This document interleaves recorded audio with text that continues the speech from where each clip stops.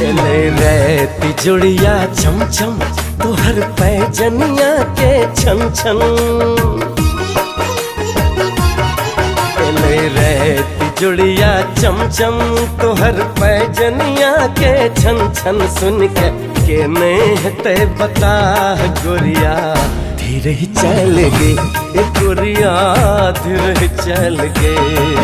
दिल रहती जुड़िया चम चम तोहर पैजनिया के छन छन। सुन के नेह ते बता गोरिया धीरे ही चल गे गोरिया धीरे ही चल गे।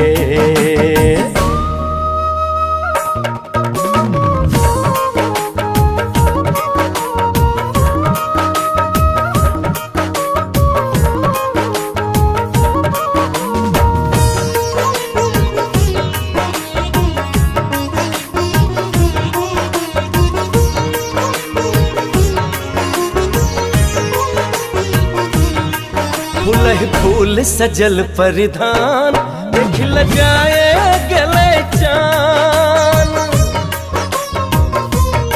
फूल फूल सजल परिधान देख लगाए गले चान। तोहर गाल के रंग गुलाबी सोनहि सोन भरल मुस्कान। एक तनैना छो कचनार संग ही ई 16 श्रृंगार। बढ़ते जाय छे हमर चाह गोरिया धीरे ही चल गे गोरिया धीरे ही चल गे।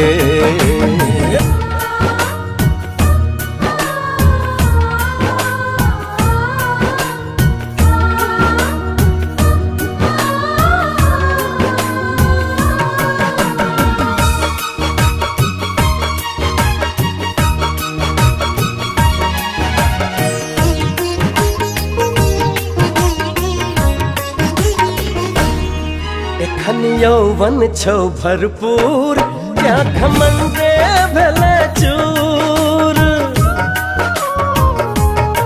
एखन यौवन छौ भरपूर त्या घमंडे भेले चूर। मुदा हम छियौ अखियों ने देबो तोरे हमसे नूर।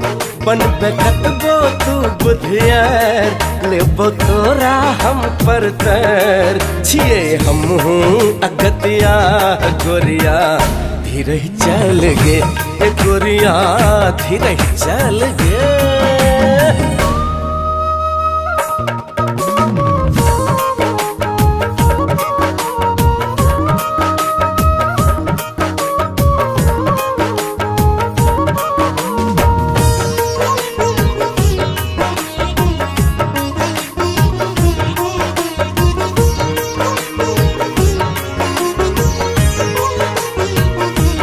चढ़लो केहन तोरा रंग देख दुनिया भेलै दंग।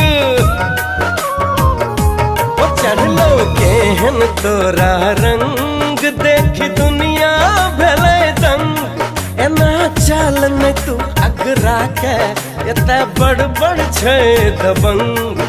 जाधर लट छौ ई छिड़ियाल एते ही रहतो सब नुड़ियाल। तो उजरा ने कहूँ राह गोरिया धीरे ही चल गे गोरिया धीरे ही चल गे। दिल रहती जुड़िया चम चम तोहर पैजनिया के छन छन। सुन के नेह ते बता गोरिया धीरे ही चल गे गोरिया धीरे ही चल गे।